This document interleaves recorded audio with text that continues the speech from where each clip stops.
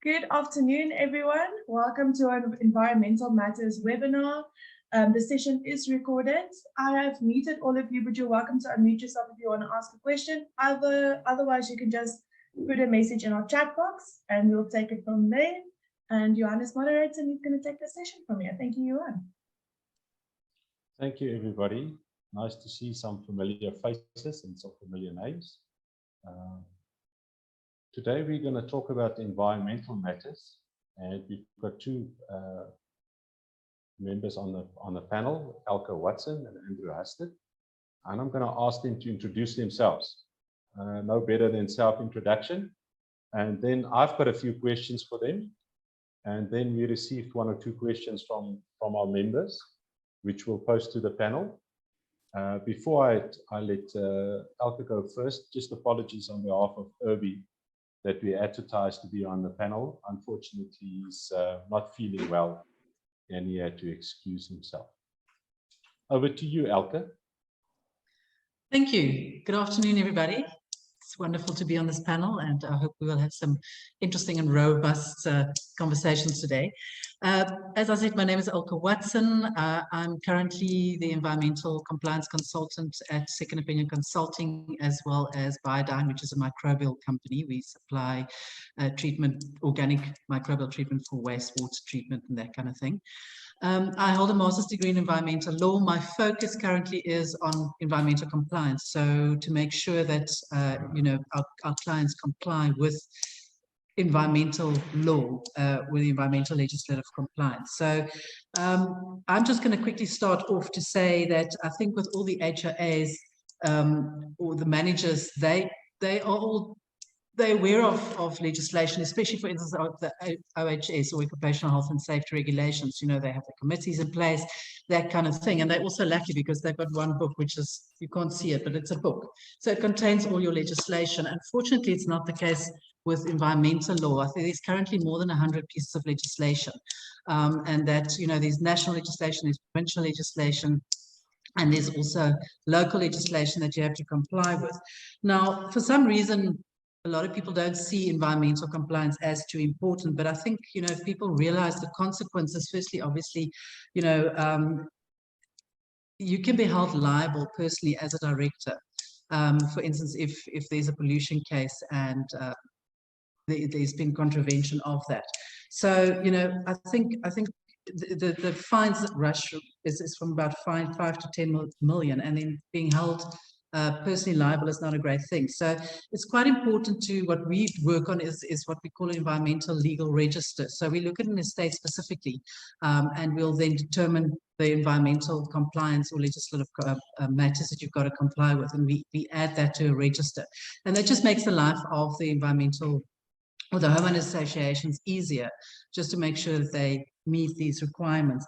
Now that I've sort of frightened you all with the 5 to 10 million rand fines that you can get, there's also been new amendments to NEMA, the National Environmental Management Act. It was signed off this year. It hasn't come into effect yet, but it also increases the enforcement powers. So municipal managers now have the same enforcement powers as the minister or the provincial ministers have.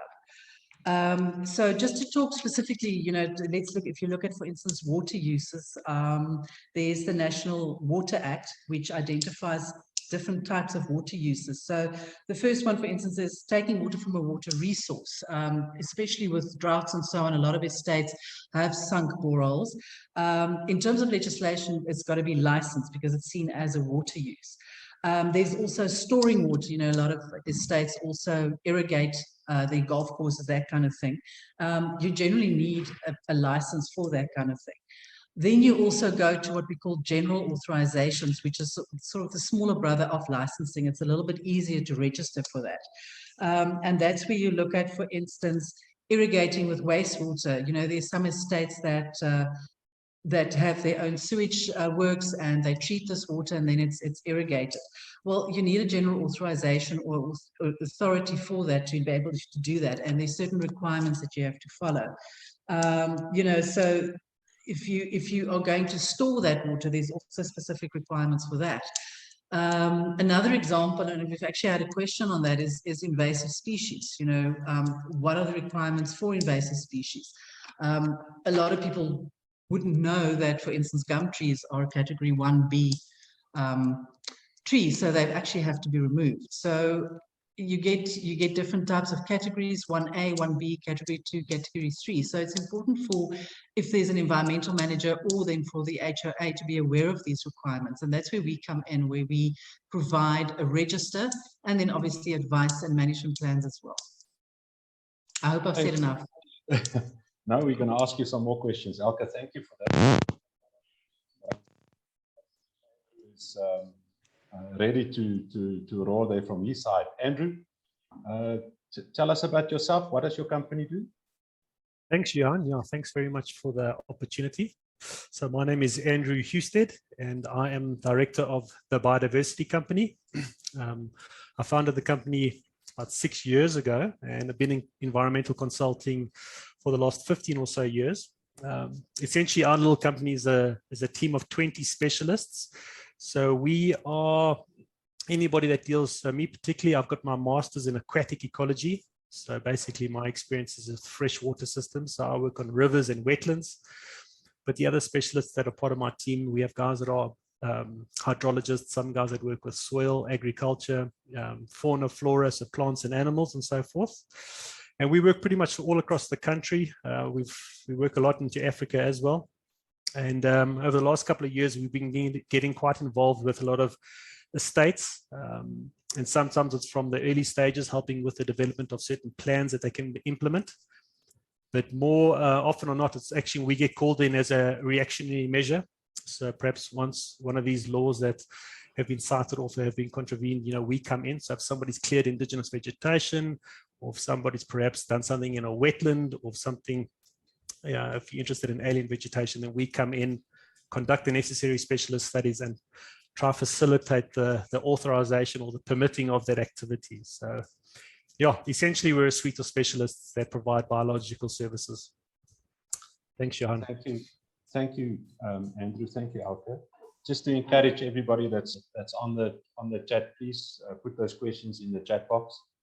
You've got 2 experts here for the next 50 minutes that can answer all your questions. Andrew, I'm going to ask first to you and I'm moving regional. We've got people from the Western Cape, we've got Northwest, we've got Gauteng on the chat today, on the conversation. Just your view on regional, what sort of the pressure points and the issues in regions that you deal with, and I'm talking about around estates, or some interesting issues that you had to deal with at some of these estates that you can share with us. Yeah, it varies, because some regions are probably better resourced than others, and some resources perhaps have more experienced, whether it's case officers or facilitators in those areas. I would, before I get to maybe answering your question, I would say I'm a big advocate of trying to get alongside the various regions, the people that are representing those positions. I think a lot of people are a little bit nervous to go to the authorities or the reps because they're perhaps a little bit concerned that they've maybe done something that they shouldn't have done. My experience is, more often than not, I think a lot of these officials and case officers actually want to help facilitate the process. Sometimes that can be a little bit difficult, but I think that's with anybody really, but I would actually try and encourage everybody just to draw alongside them and see where you can work together, because I think that does save a lot of headaches later on. So I'm a big advocate of going to the authorities or regions, whatever, up front, and discussing this and trying to unpack it together. And even whether they are involved or not, the fact that they feel involved, I think that does facilitate and help the process. In terms of some of the pressure points, a lot of it probably is around water. I think everybody's just aware of water now. Our water resources are stressed. A lot of them are polluted. And I think when you have big developments coming alongside and wanting perhaps to put in there and almost be more sustainable, put in their own irrigations and construct dams and so forth, I think there are concerns around that. It's a tricky point to navigate because, we are somewhat water scarce in this country. And we do have areas that are perhaps more groundwater rich that we can tap into.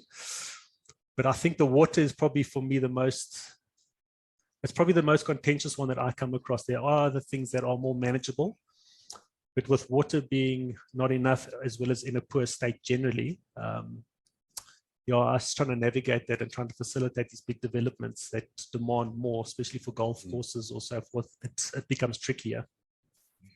I'm going to get back to you, Andrew, about the water in terms of some tips and some guidance that you can give us in terms of being water wise, and maybe some best practices that you can share with us. But I want to ask Elke.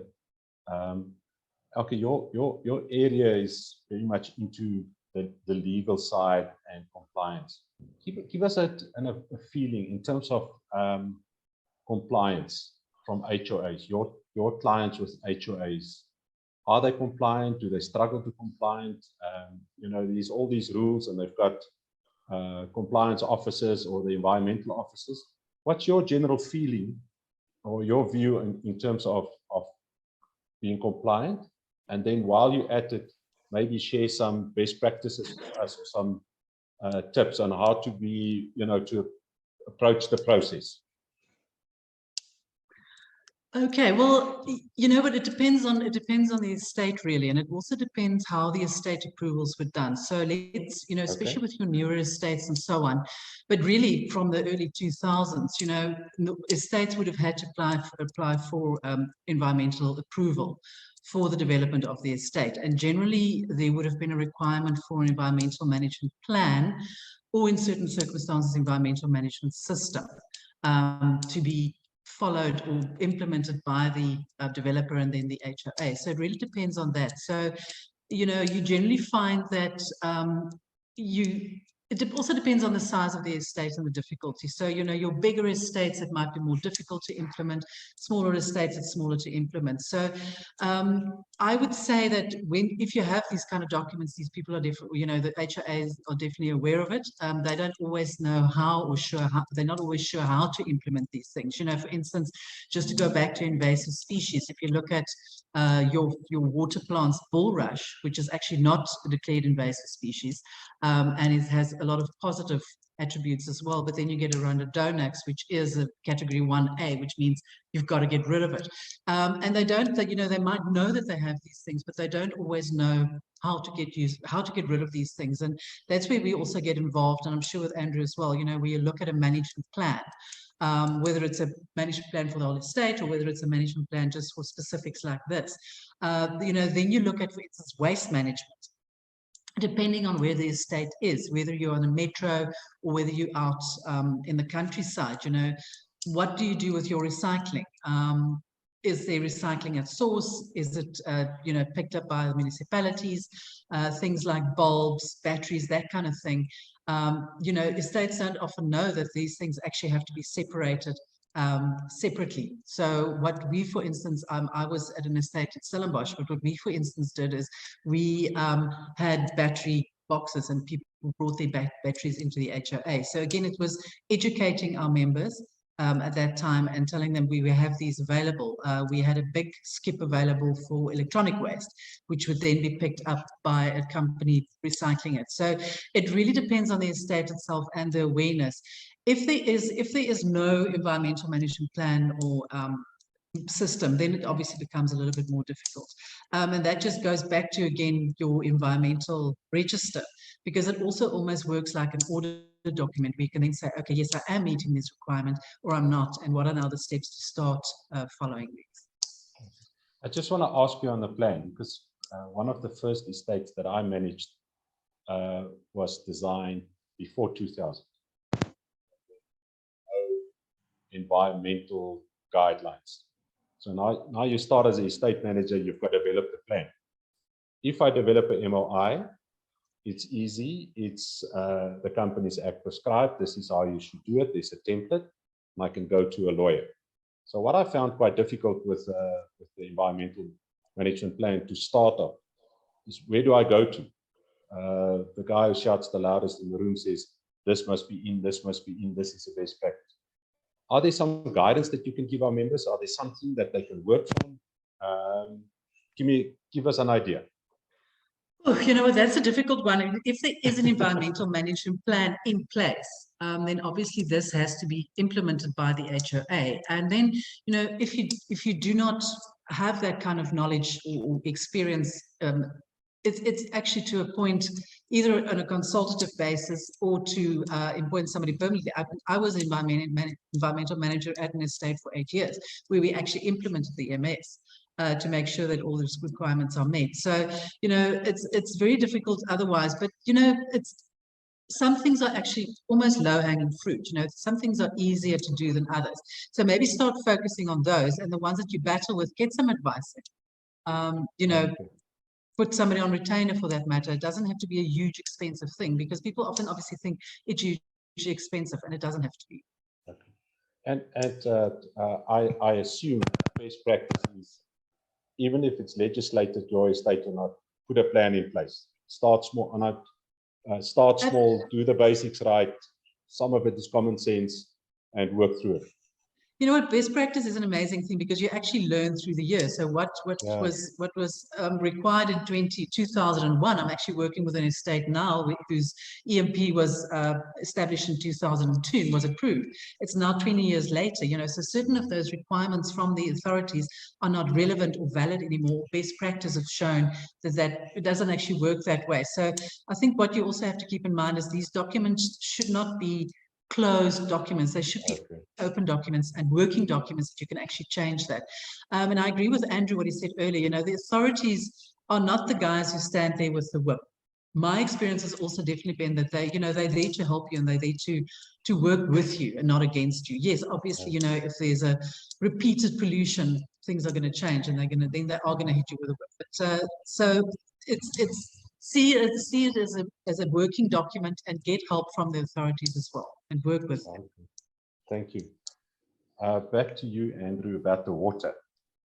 What I'd like to hear from you is some water-wise tips, some tips in terms of wipe out that waste.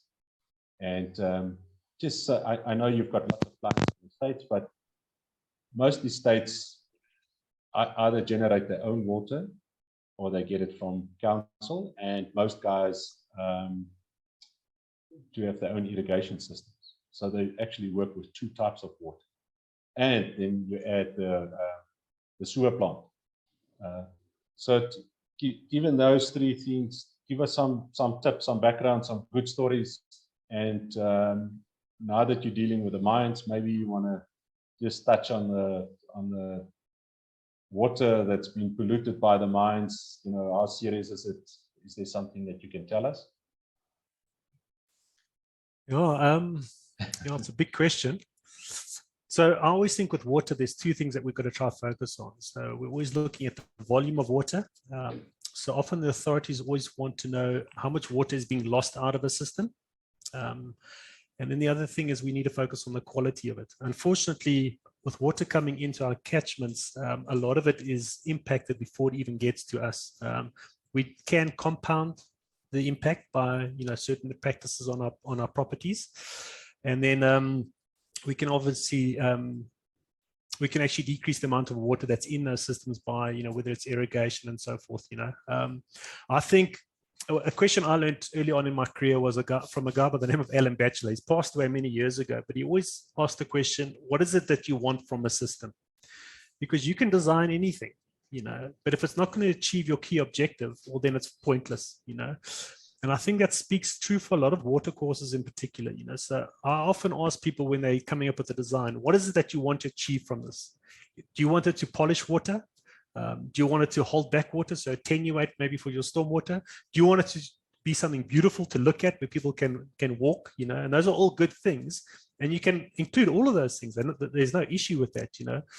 But don't think by putting in a boardwalk that you're going to now be polishing the water, you know. So I think trying to understand that, you know, and I would encourage a lot of estates to start asking themselves those questions. What is it that you want to achieve from this? Because then you can actually set the targets in place. You know, I'm a firm believer in you can only steer a moving ship. So you actually set your course, go, and you probably tack and change direction a little bit, but at least you know you're heading in a direction, you know. And I think with water, it's tricky because I think, like I said, I think our key objective is to make sure that there's enough water in the systems. So we shouldn't be taking out too much. a lot of estates should have a water use license that it can actually stipulate or should stipulate the demands and how much they are permitted to take out. A lot of people don't know what those allocations are. So I would maybe just get familiar with that to make sure that you're not going beyond that, because in theory, that makes you a responsible user. Andrew, I just want to interject there. So now I take over a new estate. Yeah. Where do I go and look for this? So while you're on it, where do I go and look for my water use license? Is there an online thing? Do I have to go to local authority? Is it province? Because I just arrived here. I'm now the manager. I don't know. You know, there's nothing on file, and somewhere. Are there some guidance or tips that you can give us? Yeah. Have a good filing system. No, it's happened before, you know, and Elke will be better placed to answer this, you know. Okay. So we provide specialist services that facilitate the application of getting that license, for example, you know, so we'll do a wetland study, or we'll look at the water quality and so forth, you know. But in theory, the way it typically works is that you make the application, then you as an estate, as the applicant, you'll actually get the license, you know, and then the onus is on you and maybe your accompanying environmental practitioner to have it on file. You know? But I would encourage you to have a good filing system, because when there is that handover, you don't want to lose that document. You know, we did just give you a classic example where we did a project in the Fourways area, so it's in the Johannesburg area, where they wanted to rehabilitate their watercourse because there were big storm events and there was a big shopping mall being built in the upper catchment, and there was just a disaster. Fences were collapsing, there was sewage coming into the system, and they didn't want to do anything because they were so nervous because they didn't have the license. And I couldn't understand how an estate that was so old didn't have a license. And just by chance, I phoned a friend who phoned a friend, and we actually found their license at one of the older consultancies. And their license actually permits them to do rehabilitation and maintenance within certain thresholds. And then with that license, they could actually service their little watercourse that went through their estate. They could desilt it. So, I would just encourage you to have a good filing system, because I think it can save you a lot of headaches, heartaches, and cash at the end of the day, you know. So, it's just lessons learned, you know, and if you can learn from the others, I think it's valuable. But, Thank you. Elke, you want to add something there? Yeah, as far as I know, there's no list on the internet, you know, unfortunately, that provides you with this information. So if there's no other way, you know, as I said, maybe you can start with the persons that did your environmental impact assessment, that these consultants will use later. But if you cannot find the answer, approach the Department of Water Affairs. It might take a while, but I'm quite sure you will get the response out of that, because they will obviously keep it, or they will have a record of the license that was issued. I just want to encourage the members still to put some questions in the chat box. I'm going to change the topic slightly. We did receive a question beforehand about feral cats. It's not necessarily legislation or water, but you both deal with clients in estates. What can you share? How do you deal with feral cats? Well, yes, we actually do. I have personal experience of that. We discussed a bit earlier. It is a difficult one, and you know, it's also an emotional one, because these are animals and they didn't ask to become feral, but it is a reality. So, in my experience, what we did at my previous estate, two things. We caught some cats, actually two, and then they were neutered and they were kept sort of in our workshop area, in that area, and they kind of stayed. They never became really tame, but that was that. But I don't think that happens very often. And you know, with having feral cats coming into your home, attacking your cats, you know, there's all kinds of nasty consequences that happen there. So what we then did is we had cages or traps, cat traps, or that we then provided to homeowners. Homeowners would lock their animals away. The cat will be caught, and AWS was contacted, who would then come and collect the feral cat. And then unfortunately, what happens in a case like that, they normally put down, because feral cats are obviously very difficult to rehome, especially with the amount of domestic cats already at your welfare societies. But you know, it's one of those unfortunate realities that an HOA has to deal with. And I must say that worked quite well with us. It didn't happen often, but we had more than one occasion that we had to have the cats removed. At the one estate that I managed, we had a central feeding area. where we actually fed the cats to keep the feral colony healthy. Hopefully that way it will keep the other cats out. I can't tell you if it's successful or not, but my personal experience, it's not nice to have a feral cat, entering into your house and traumatizing your own pets and the family. I mean, not just the cats, the humans as well. Yeah, I think there's one little bit of a danger that you might think the cat is feral and then he's actually a very much loved cat that's slightly wild from a few houses down.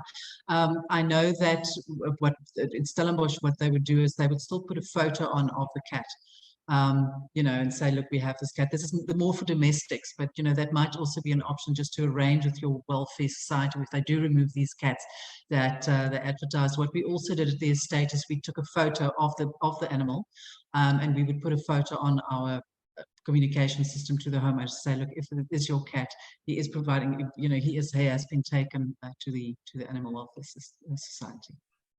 Thank you. I want to go back to the water a little bit in terms of landscaping designs. I've certainly seen our landscaping designs have changed over the years, especially at the estates. From both of you, in terms of landscaping, water-wise, even for the guys on the call today, in your own garden, give us some tips. Give us some best practices in terms of reusing water, and what sort of plants or best practices are out there to help to save some water. Andrew, do I go first? Do you want to go? I'm happy to start. I'll make it sweet and short. So often what we'll do when we're doing studies for these estates, we make recommendations, in support of that. So I'm more aligned with the biodiversity, so I'm always trying to prescribe more indigenous. That's probably where I lean more heavily, and we always try to find that balance somewhere. So again, I think the key objectives here are water. You want to minimize water loss, and you want to have good water quality. So our recommendations would be things like getting away from kukui grass, lawn grass. I know it's hardy, and I know it looks nice, and it's nice to play on and so forth like that. But I'd maybe look at more indigenous species. Is a cynodon species, that's a pioneer species. Later on, you can come with your subclimax species. I'm just going to sort out our building quickly, and then I'll take over from Elke. Okay. Okay, so he's got a challenge there. So well, it's also quite an emotional thing. People are homeowners. They're proud of their estate, and they sometimes have a certain idea of what they want this estate to look like. Andrew mentioned Kikuyu, for instance. And beautiful rose gardens and that kind of thing. I can only talk of personal experience because I live in the Cape. We all know about the drought we had in 2018, and we as an estate then. Luckily, the estate was mostly planted with indigenous or endemic plants, but we just realized again then which plants actually survived that drought. The golf course couldn't irrigate. We started irrigating instead of, I think we irrigated 4 or 5 times a week. We started irrigating once or twice a week. We started looking at when does the wind blow. We set our time periods. So all kinds of practical things that you realize there. I agree with Andrew. I lean towards the more endemic side, not only because of the biodiversity, but just on the practical side that, you do need less water. We literally experience that. By the way, Kikuyu grass has now been declared invasive. I think it's 500 meters, within 500 meters of a watercourse. So it's just a better idea to rather go what works in your area. If there's still areas that you need to have lawn, use a different type of lawn. Not Kikuyu, because it does take up a lot of water, and then have those areas also much smaller. Remove your invasive species, remove your water sucking trees. And it's basically practical in the end. And I think we basically at our estate was saved, or our plants were saved because of them mostly being endemic and indigenous. Yeah, I must say I'm going to struggle with this Kikuyu thing. I know it's invasive, but it's the smell, the look, thinking back of sports days, but it's probably the future. I just don't know what estates are going to do that's built on rivers and dams. If it's 500 meters, how do you change golf courses? I mean, there's some golf courses with. It's obviously not for previously, but it is, I think, from about a year ago or so. Oh, okay. 2 years. So it's a newer one with Kikuyu. But don't plant it near wetland because of its invasive properties. Yeah. So obviously, yes, if you have in your garden golf courses, yes, I mean, you can't dig up everything now, but it's just don't go close to a wetland with that kind of thing. I think it's 500 meters. I might be lying. It might be 100 meters. I don't have it in front of me right now. So it's just take into account what works in nature, what works in the area around you, because then drought, a lot of rain, whatever, things will cope. Again, I suppose best practice. Yeah. Andrew, are you back? Yeah. Scolded them. Gave you time to think, huh? Yeah, exactly. I'll set the drill off when I want to think. There's a fancy term, I don't know if you're familiar with it, biomimicry. And basically that's us learning from nature, So I agree with everything Elke said. I kind of feel that the environment where you placed, you should almost try to represent that. So whether you're in the Cape, Northwest, Limpopo, you're going to have different species there. But I go back to the point of, what is it that you want to achieve? Because if you don't necessarily want to be in a wildlife estate, then there's no reason why you can't have kukui lawns, So I think that's, again, the important question to ask. There are estates that are quite content being a small urban estate that have rose gardens and so forth, and that's fine. If you want to be a wildlife estate, then you've obviously got to consider other features that are more representative of the environment that you want to represent. Often what we'll do with our studies, we often do encourage homeowners to represent the environment that they're in. So we will encourage them to have indigenous species in their gardens, as opposed to bringing in plants. But that's something we recommend for mines as well. So it's not unique to estates by any means. But listen, I understand it being an emotional topic. I'm not really an emotional guy, so I do think practically. But again, I think the question, what is it that you want to achieve? So if you want to be a wildlife estate or an urban estate, then what needs to be done, just as long as it's within the realms of the law, then, go for it. Yeah. Okay, so if I'm a developer and I want to develop a estate, and I probably want to bring it online in the next 10 to 15 years. So I want to look a little bit into the future.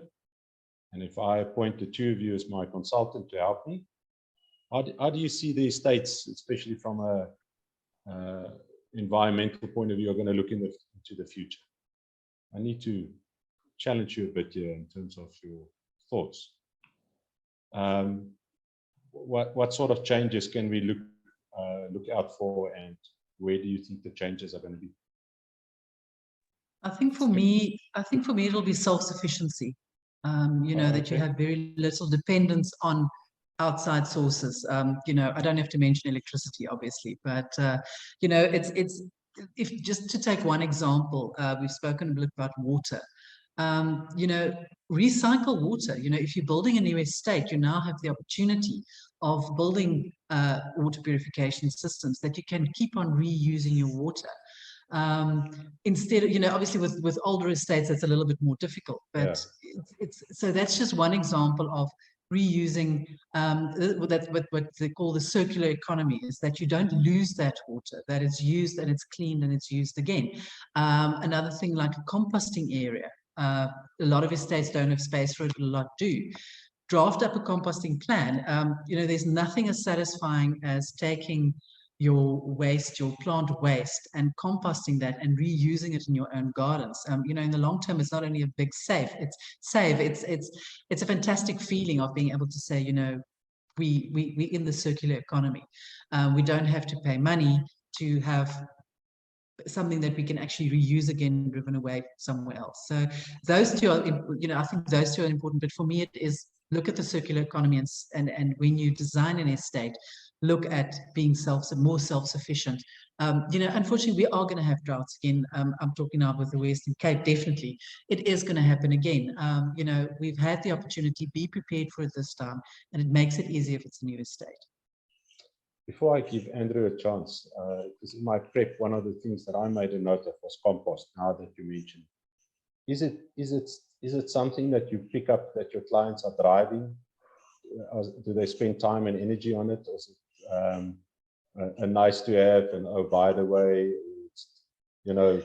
somebody on the estate will try and just give me an idea of we're actually working with an estate. It's composting is amazing because it's not difficult. Yes, you need some space, to set it up. But, you draft a composting management plan, and it's actually, you don't require a lot of labor. Yes, in the beginning, you may have some input costs, or you can use outside contractors. But, it's just to give a short example. So you have your garden waste that comes in. You wait for a certain time until there's enough.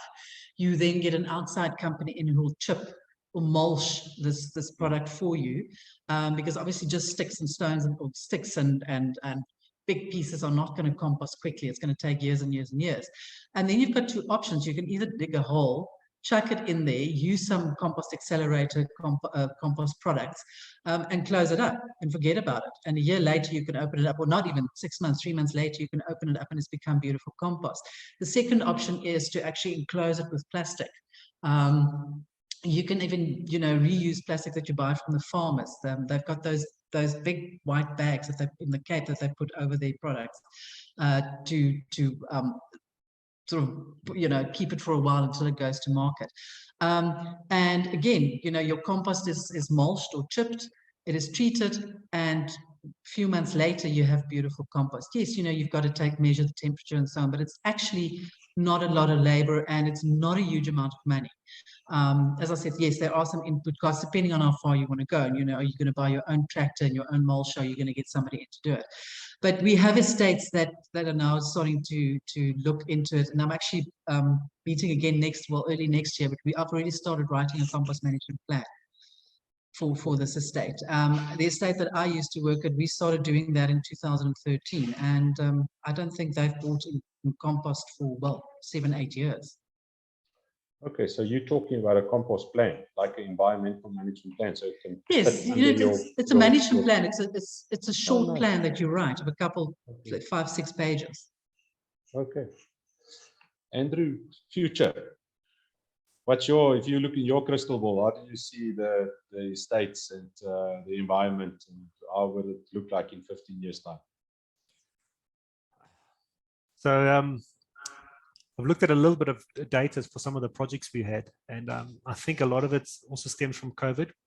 So I think a lot of people are less dependent on the cities and maybe frustrated with the cities, maybe more so in other provinces other than maybe the Western Cape, But what we are seeing is that a lot of people are leaving the metros, especially with the possibilities of working from home now. So the states that we're currently working on that are new developments, there's two that stand out for me. The one is a lot of them actually becoming agri estates, where people are looking at purchasing maybe 1-2 hectare stands and putting a macadamia farms, for example, and putting their homesteads on that, So there's quite a lot of that happening in KZN.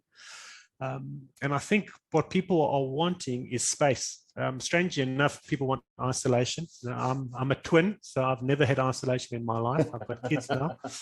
But so I think what I see it happening is people going to maybe that self-sufficiency thing that Elke was talking about, maybe taking on bigger responsibilities, having their own little farm portions, which they can, whether they farm themselves sustainably or something that they can run as a little business. But the second one would be guys moving out to maybe more remote areas and having, bigger stands, more space, and then off the grid. I think the estates, the older estates, which are a lot more dense, where you still put up your wall, and it's mainly more so for security senses now, something that's been considered. But I think the space is something that people are now seeking as. That's typically what we see. So the estates that we're working on now, the new stuff, they're big estates. We're not talking a few hundred hectares now. We're talking tens of thousands. Like they're significant. Oh, wow. Okay. Well, we're nearing the end of our conversation. So I've got one or two more questions for you while see if there's anything coming into the chat. We can't talk about environmental matters and not mention global warming or the words there. Your perspective on it. What's there? Remember, you've got estate managers on this conversation. We're not at the United Nations, but give us your idea on global warming and the impact, and how do we experience it firsthand at the moment? Andrew, you want to go first this time? Mine will be short, that I can assure you. Johan, I actually don't know. I don't know where I stand on global warming. There's undoubtedly a change. We see that now with rains being delayed. So a lot of our studies are seasonally dependent, okay? And into a lot of our guidelines are certain seasons that we need to do certain studies. Those seasons are definitely changing. So we find the wet season starting later. We're seeing drier seasons, bigger floods in KZN. So there is a change. I actually haven't looked at enough data to know where I stand with absolute confidence. I read an interesting paper that talks about a shift of the world as such. So it's, you know, in layman's understanding, basically what they're saying is where the equator is, for example, very tropical, that's almost shifting southwards. So now you can imagine that tropical region is going to come more towards South Africa. The colder areas at the top are going to start shifting around. You know, how true it is, I don't know, because there's so much information out there. But I actually just need to spend time myself just reading up on it. So I don't really know where it is and exactly how big it is and significant and, you know, severe it is. So I would encourage everybody to read and not be in the position I'm currently in. But there is a change, you know, and that's, I just need to get my head around that, to be honest. Elke? Okay, for me, it was probably purely emotional. You know, I'm not a scientist, so I can't back it up with scientific facts. Having said that, I live in Strand on Beach Road, so, you know, and we've lived there for a few years. You can actually see the water table or the water high level mark creeping up. I mean, they're now looking at extending the promenade, which is sort of a seawall as well. So in my personal experience, I think you can see it, but you know what? I think there's enough scientific proof that, you know, things like fossil fuels must be phased out. It cannot be used anymore. You cannot start new mines and that kind of thing. So, but as I said, for me, it's an emotional thing. I think it's there. I think we have a responsibility, and, you know, by starting small, we're already making a difference. Okay. I've got one last question for the chat. So obviously our members are well educated. Just a reminder for everybody that there will be a YouTube video on our YouTube channel of CAISA. Afterwards, it will be posted there. So for those members who want to forward the link to, you know, colleagues or the board of directors, you're welcome to do that. And Anay will also share. She's Andrew in the chat box. So if you want to get into contact with him, more than welcome. I'm not so sure when our next community conversation will be. It will probably be end of somewhere in February. And for those of you members of CAISA, we've got the final approvals from CAI in America. So look out for membership communication that will follow shortly to the members in terms of the renewal of your membership and how to join and so forth. So Elke, you didn't know this, but last night you were voted as a director of your local HOA, and you got the portfolio for environmental matters. So as the chairman of the board, I was tasked to reach out to you and say, well, I need 3 key objectives or 3 action plans that you're going to do first in the first, let's call it the first 60 days. What's your first point of order, your first action is going to be as the environmental director for our new formed HOA? Well, I think the first thing is I'll pour myself a very big glass of whiskey and down that, or gulp that down. Whiskey in the Cape. I thought you were going to say wine. True, that is true. I do, I don't have wine every day. I occasionally have whiskey too. And I think in this case, it might be whiskey and not wine. You need a big kick. I think the first thing what I do as a director is find out what environmental documentation the estate has. In other words, what duties it has. And then have a look at that and see, do we comply? However, let's say there's nothing like that. And I would go for what I call quick wins. What are the obvious things that you can do fairly quickly? And I spoke about it a little bit earlier, waste management. Again, depending on where you are, but it's actually quite easy to make your members aware of how to treat their waste. A little information brochure of, those little triangles with 1 to 7 to explain what that means. And then, as I said, what we started doing is to have a space for batteries to be dropped off. We had a space for bulbs to be dropped off, and then that would be collected by a company in Cape Town. And as I said, the same with all the electrical appliances. That's just, it's easy, lower hanging fruit things. I mean, I actually spoke to the newly appointed environmental manager the other day and we chatting, and I went to their kitchen and they had like this old dustbin, and I said, why don't you have recycling in a normal bin? It's little low hanging fruit things that you can start doing.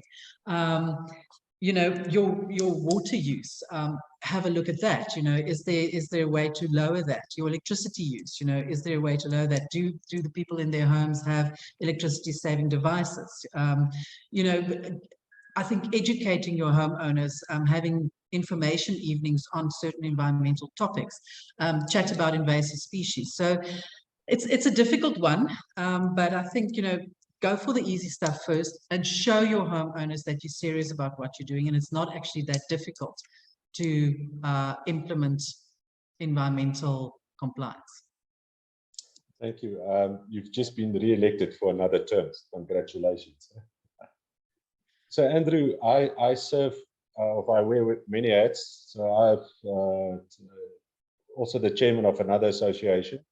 You've also been elected on the board last night because in your absence as the environmental director for environmental affairs.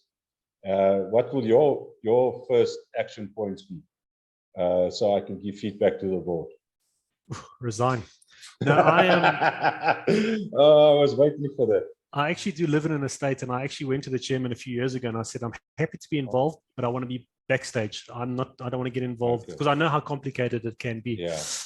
I think my 3 action points would be consolidate.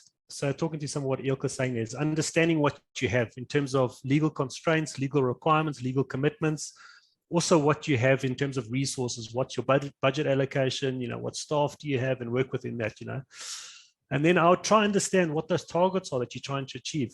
Again, it's answering that question. What is it that you want to achieve from this estate? Is it a lifestyle estate, a golf estate, wildlife estate, And then I think you can set those small wins, trying to achieve that bigger target, and whether it's a compost heap or, whether it's, I'm just trying to think in our little state, and we've done it for a few other states, we put up some bat boxes and owl boxes, and those are things that are quite easy to do.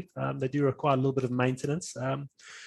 But I think what I've learning with a lot of the older estates is you have to almost start challenging, and it's maybe not the trustees as such, it's maybe all the homeowners, the school of thought, especially with the older generation, because they like a certain paint color and a certain tile color, whatever it is, But if you are going to have solar panels and you want to be off the grid, well, you might have to have solar panels on your roof, And what I did in my estate, just almost as a little bit of a litmus test, because I wanted to see if, how everybody would respond, is that some people are doing solar and we have carports. So at one of the AGMs, I proposed putting solar panels on my carport, and everybody held up in arms. And then I sent them a design, and it was pretty well done. And I just said, if macro can do it, then why can't we start thinking like it? And that's all I was trying to do is, I don't mind stirring the pot a little bit, but I actually just wanted to start people thinking along those lines, because you can't reap all the rewards without there being a little bit of a cost to yourself, and that might be something aesthetic. It might be something practical, but yeah, I mean, I'm answering your question in a long-winded way, but I think you've also got to start changing the way we look at things, and maybe look at some of our rules and regulations within these estates and saying, listen, we're actually not going to achieve X if we don't start addressing these things. It's so true, early in my career, at a golf estate. Somebody put up a solar geyser, and the little 10-centimeter little piece that you can see from the golf course. I nearly lost my job. How can you allow that person to do that? And Jack Nicklaus, if he plays here, he's the designer of the course. If he look at that thing, he will take his name away. And today, the world has changed. So you're right. That whole changing of the mindset. One of the interesting things that I can quickly share is I manage a corporate estate next to an airport. And over the last month, suddenly they're on our case because one of our attenuation ponds are keeping too much water. And the water is attracting birds. And they start to get bird strikes on the aircraft. So now suddenly we have to change and reshape and make, we can't accumulate water at all. I never knew that, but you're next to an airport, and then it makes sense. Interesting one. Andrew, Elke, thank you very much for your time. It was nice to chat to both of you. It was nice to have a big group of people on the chat. Look out to our YouTube channel. Everything will be posted on there. Good luck with both your ventures.